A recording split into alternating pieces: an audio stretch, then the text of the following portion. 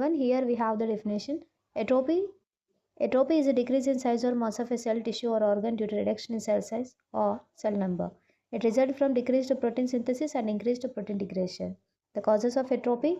The first one, physiological causes, includes normal developmental process, thymus atrophy after puberty, uterine and ovarian atrophy after menopause. Pathological causes are prolonged bed rest, limb in a cast, loss of nerve supply in neuropathy, spinal cord injury, atherosclerosis, and protein energy malnutrition, example marasmus, and loss of endocrine stimulation seen in hypothyroidism or lack of estrogen, and pressure atrophy due to tumor compressing surrounding organ, and aging, and chronic diseases like cancer, cachexia, chronic infections like tuberculosis. Here we have the types of atrophy based on the cause: physiological atrophy and pathological atrophy. And this physiological atrophy seen in thymus, uterus after pregnancy, and this pathological atrophy due to diseases, factors, disuse, ischemia, or due to pressure. Based on location, divided into generalized atrophy, localized atrophy seen in severe malnutrition and cancer, localized atrophy seen in particular organ, example kidney and muscle.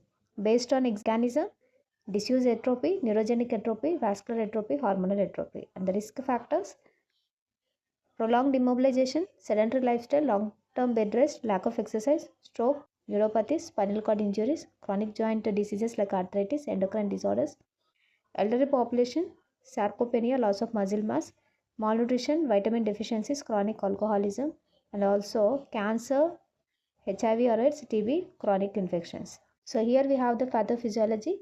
Decreased protein synthesis causes increased protein degradation that enhanced autophagy and automatically cells shrinks and reduced metabolic activity. Organ becomes smaller and weight decreases in cell. Then morphological features: organ becomes small, shrunken, trim, cell have reduced cytoplasm, increased lipofuscin pigment called brown atrophy, fat and connective tissue may increase around atrophied organs. And here we have the examples: muscle atrophy seen in prolonged immobility, cast application, denervation seen in polio or nerve injury, and brain atrophy, dementia